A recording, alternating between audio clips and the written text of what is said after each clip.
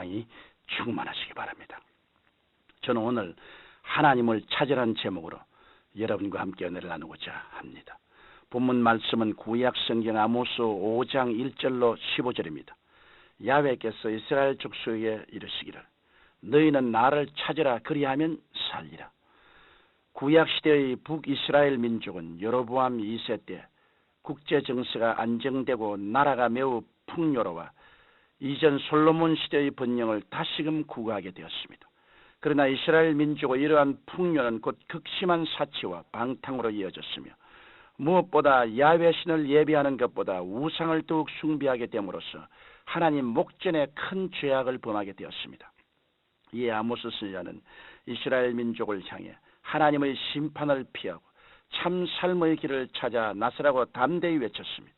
오늘 우리는 아모스 선지자를 통해 당시 이스라엘 민족에게 깨우쳐 주었던 참 삶의 길, 생명의 길을 교훈으로 배울 수 있는 것입니다.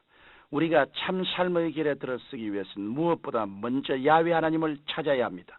오늘 본문 말씀에 보면 죄악에 빠져 죽음을 면할 수 없는 이스라엘 민족을 향해 하나님께서는 너희는 나를 찾아라 그러면 살리라고 누누이 말씀하고 계십니다. 하나님을 버리고 떠난 것이 모든 죄악의 근원이요 죽음의 원인이 되는 것입니다. 하나님을 떠나서는 어떤 인간도 평화를 얻을 수 없고 생명을 존속할 수 없습니다. 이것은 생명의 근원이 바로 하나님이시기 때문입니다. 이러므로 성경 예레미야 2장 13절에 내 백성이 두 가지 악을 행하였나니 곧 생수의 근원이 되는 나를 버린 것과 스스로 웅덩이를 판 것인데 그것은 물을 저축지 못할 터진 웅덩이라고 말씀하고 있는 것입니다. 이스라엘 백성들이 야훼 하나님을 떠나 자신의 뜻대로 살고자 했을 때 그들 앞에 다가온 결과는 멸망이었듯이 오늘날 많은 사람들이 하나님을 모르고 삶의 방향을 상실한 채 바람 부는 대로 물결 천대로 살아가는 자들에게는 허망한 죄의 삭신 멸망밖에 없는 것입니다. 저는 얼마 전 공산주의 본산이었던 소련의 크렘린 궁에서 복음을 전하고 돌아오는 동안 구소련의 경제가 말할 수 없이 낙후된 것을 보고 참으로 놀랐습니다. 소련에서는 비행기에 금유할 능력이 없어서 모든 비행기가 공항에서 잠을 자고 있고 저녁만 되면 비행장의 모든 불을 다 소동할 정도로 경제 사정이 악화되어 있습니다. 비행기 한 대를 하늘에 띄우기 위해서는 다른 비행기의 부품을 빼내어 낡은 부품을 교체시켜야만 가능할 정도였습니다. 더욱이 사람들의 월급은 10달러에서 많아야 30달러 이하입니다. 우리나라 돈으로 약 2만 4천 원도 안 되는 돈으로 한 달을 살고 있는 것입니다. 참으로 거지와 다름없는 비참한 생활이었습니다. 저는 소련 국민들의 이러한 처절한 삶을 목도하면서 과연 하나님이 없다고 외치던 국가의 국민들의 최후가 얼마나 비참한 것인가를 실감했습니다. 성경 말씀대로 하나님이 없다 하는 자는 참으로 어리석은 것입니다.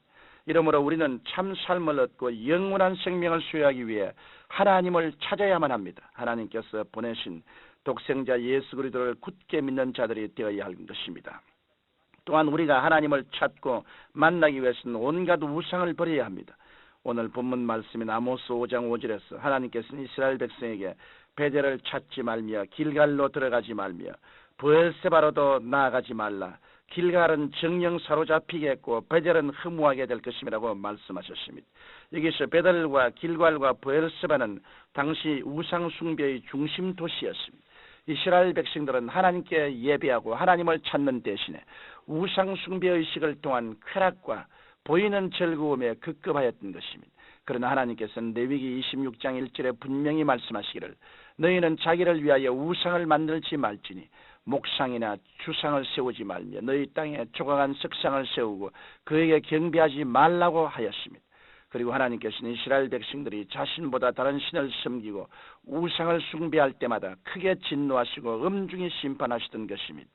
우상은 헛되고 거짓된 것으로 그것을 숭배하는 자는 결코 참 생명을 얻을 수 없는 것입니다.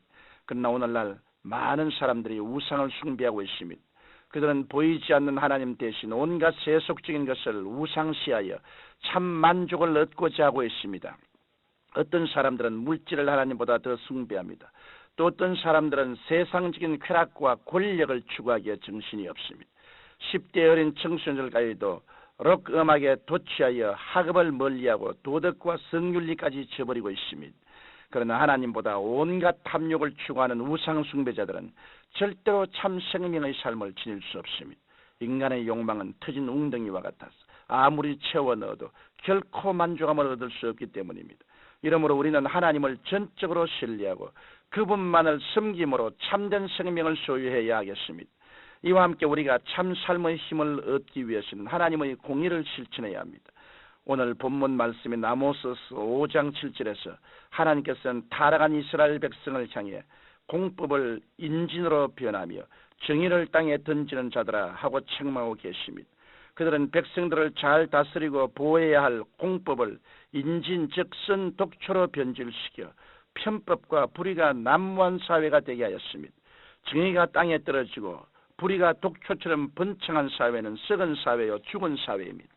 이러한 사회와 국가는 하나님의 심판을 면할 수 없으며 필연적으로 멸망하게 마련인 것입니다. 소비에트 연방이 지구상에서 영원히 사라진 것은 그 나라의 법이 바로 시행되지 못하고 공의가 쓰지 못하기 때문인 것입니다.